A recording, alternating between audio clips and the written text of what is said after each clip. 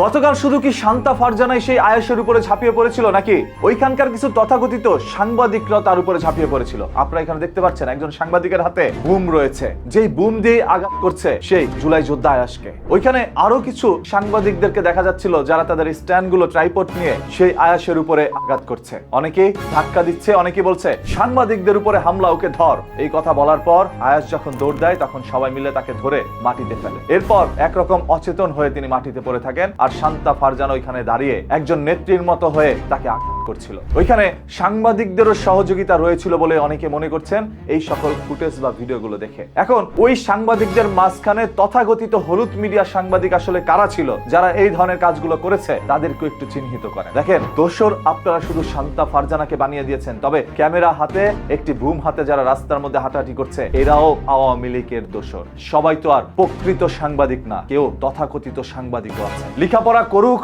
আর না করুক, সাংবাদিকতা জানুক আর না জানুক, সত্য মিথ্যা যাচাই করতে পারুক আর না পারুক, তথ্য একটি প্রকাশ করে দিচ্ছে। বর্তমান এগুলো সাংবাদিকদের জন্য অপবাদ। এই ঘটনার কিছুক্ষণ পর যখন শান্তা ফারজানা চিকিৎসার জন্য হসপিটালে গিয়েছে তখন সেখানে গিয়ে প্রকাশ্যে জুলাই সন্ত্রাসী বলে তাদেরকে আখ্যায়িত করেছে।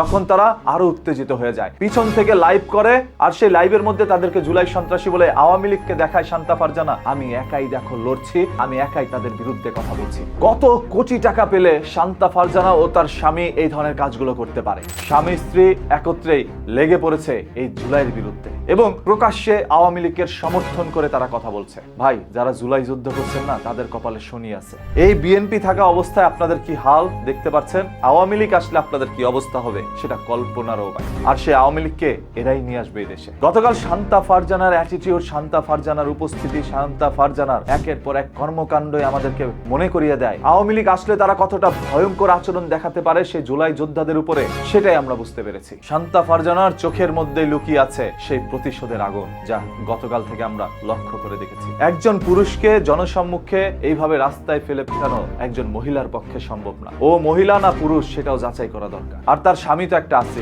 স্ত্রীকে মদক দিচ্ছে, আর স্বামী স্ত্রীকে মদক দিচ্ছে কারা সেটা আপনারাই কমেন্ট করে জানান। সর্বশেষ এই যে কিছু সংখ্যক তথাকথিত সাংবাদিকও যে জুলাই যোদ্ধা আয়াশকে আঘাত করেছে তাদেরকে চিহ্নিত করুন, তাদেরকে যাচাই করে দেখুন এরা আসলে কারা। যদি প্রকৃত পক্ষে এরা কোনো টিভি চ্যানেল বা পত্র পত্রিকার সাথে যুক্ত থাকে তাহলে তাদেরকে ধরেন, আর যদি যুক্ত না থাকে তাহলে কি করা দরকার সেটা আপনারাই যাচাই করে দেখেন। আসলে কি শান্তা ফারজানা আওয়ামী লীগকে পুনর্বাসন করার জন্য এই ধরনের কাজগুলো করছে, নাকি শান্তা ফারজানা ও তার স্বামী আওয়ামী লীগের কাছ থেকে কত টাকা খেয়েছে, কত টাকা খেলে এই ধরনের কাজ করতে পারে সেটা আপনারাই কমেন্ট করে জানান। আপনাদের মূল্যবান মতামত দেখতে চাই। আর প্রতিদিনের ঘটনা দুর্ঘটনা কোনো সত্য জানতে চোখ রাখুন নিউজকিতে, আর এই জন্য পেজটাকে ফলো করে রাখেন।